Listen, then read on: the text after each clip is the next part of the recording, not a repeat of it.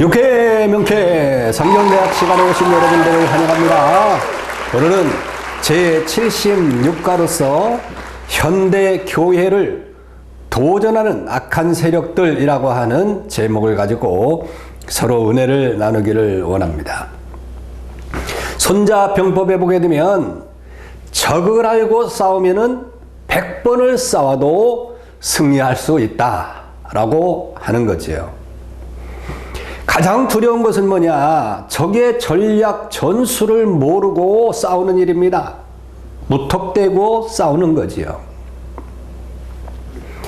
지상 교회가 바로 싸우는 교회입니다.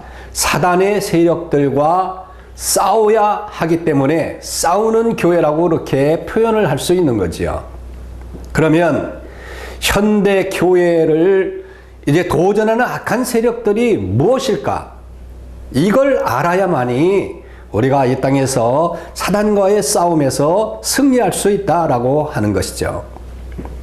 첫째로 이슬람 기독교 세력입니다. 뭐 기독교라고 말을 할 수도 없죠. 이슬람 교의 세력. 이슬람교가 기독교를 대항하는데 세력으로 등장해서 기독교 장래의 위협적인 존재가 되어 있습니다. 알라신은 절대 복종해야 한다는 신앙에서 생긴 이름이거든요. 그래서 지역마다 부르는 이름이 조금씩 다르고 있습니다만은 서양에서는 모하메드라고 그렇게 부르죠.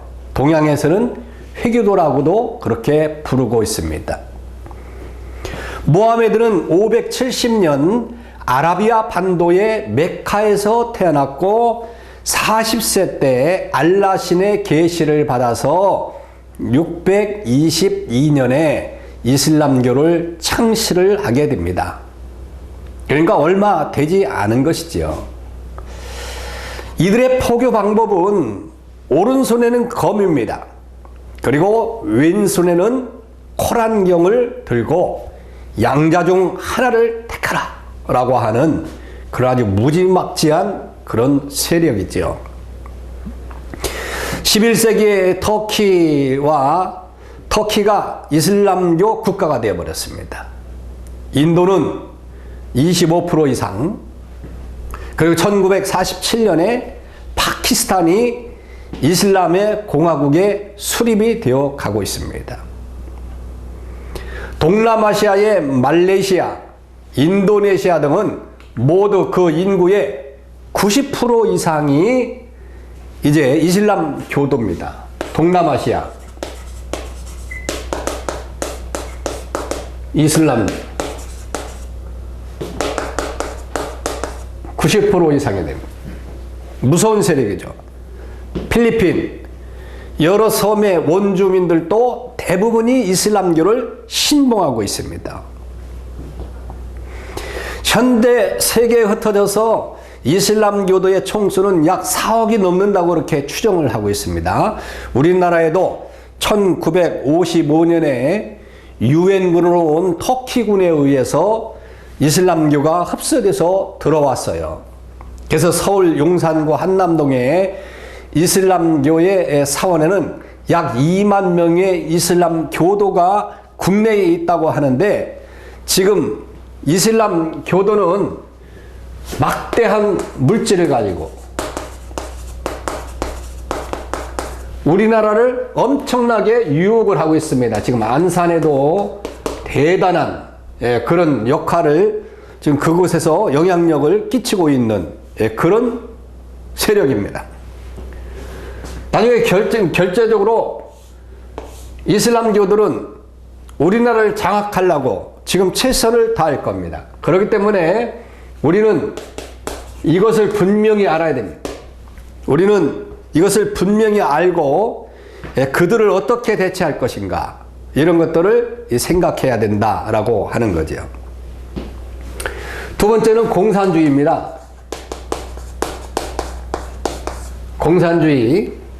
자, 기독교를 향해서 전면적으로 도전해오는 그런 공산주의. 역사상 초대교회를 향한 로마 제국이 그리고 이슬람 교도가 도전에 맞먹을 정도로 위협적인 존재가 공산주의다라고 하는 거지요. 공산주의가 기독교를 도전하는 이유는 사상적 이견 때문입니다. 공산주의는 유물론적이에요. 무신론이기 때문에 그렇습니다. 그래서 공산주의는 1917년 러시아에서 혁명을 일으켜서 권력을 장악하는데 성공해서 약 20년간 기독교를 혹독하게, 그 소련이죠. 소련에서 20여 년간 혹독한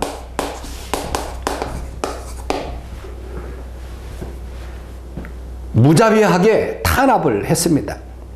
그래서 제2차 세계대전이 종결되면서 러시아 공산주의는 새로운 영토를 유럽과 아시아에 널리 이제 퍼치고 획득했습니다. 그래서 지금이야 뭐 독립이 다 되었습니다마는 지금도 그러한 영향권 속에 있는 나라들이 얼마나 많습니까?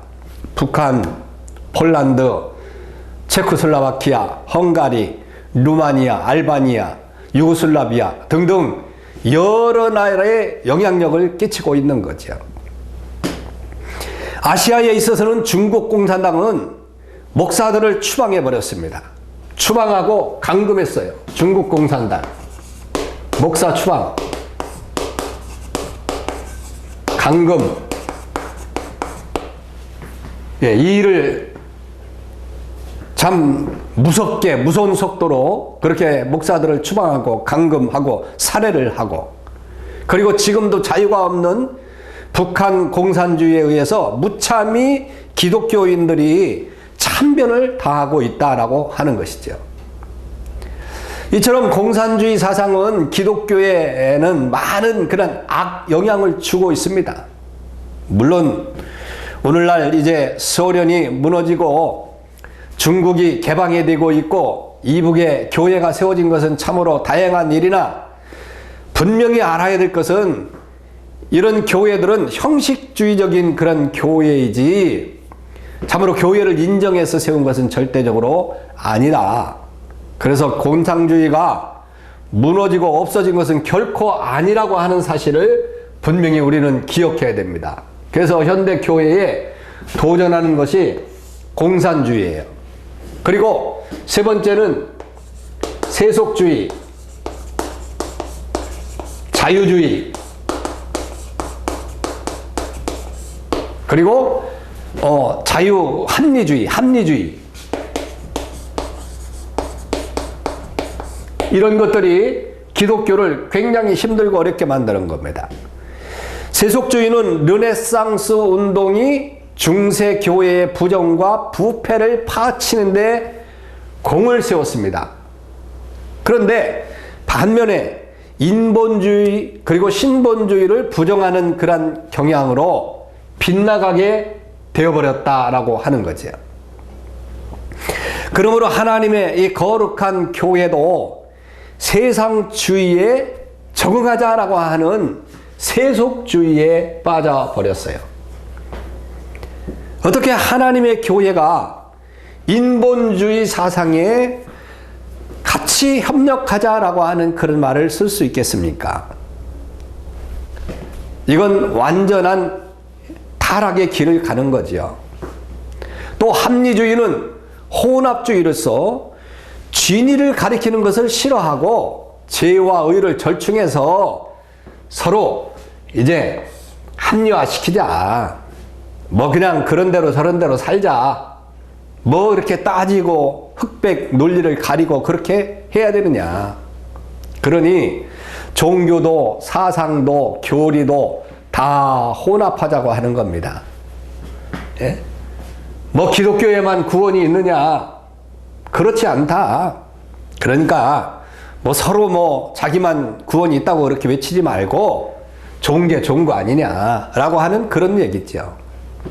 여기다가 사랑, 그런 다 사랑이다.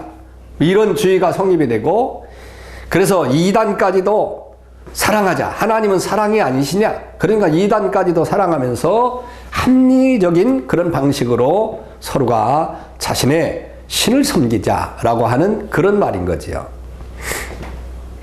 그리고 자유주의 신신학 사상입니다. 이 사상 역시 세속주의와 합리주의와 비슷한 거예요. 자유주의가. 그 자유주의 신신학은 성경의 권위에 도전을 합니다. 성경을 상황윤리에 맞추려고 하는 거예요. 상황윤리에 맞추려고. 그리고 과학이라고 하는 테두리에 맞춰 나가려고 하는 것이죠. 사실 과학이라고 하는 것을 정확히 보게 되면 아하, 정말 하나님이 계시다라고 하는 것을 깨닫게 되는데, 그런데 그렇게 생각하지 않는 거예요. 인간이 깨닫지 못한 그런 과학을 내면서 하나님을 그 과학에 맞추려고 하는 그런 경향이 있게 되는 거죠.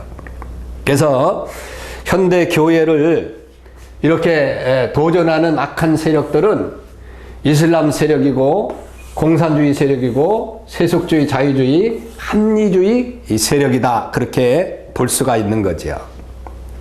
그래서 교회는 지상에 세워진 하나님의 나라고 하나님의 거룩한 처소입니다. 그래서 에덴 동산을 죄악으로 물들인 사단은 지금도 제2의 에덴인 교회를 죄악에 물들이고 악한 세력들이 이용을 하려고 하고 있다.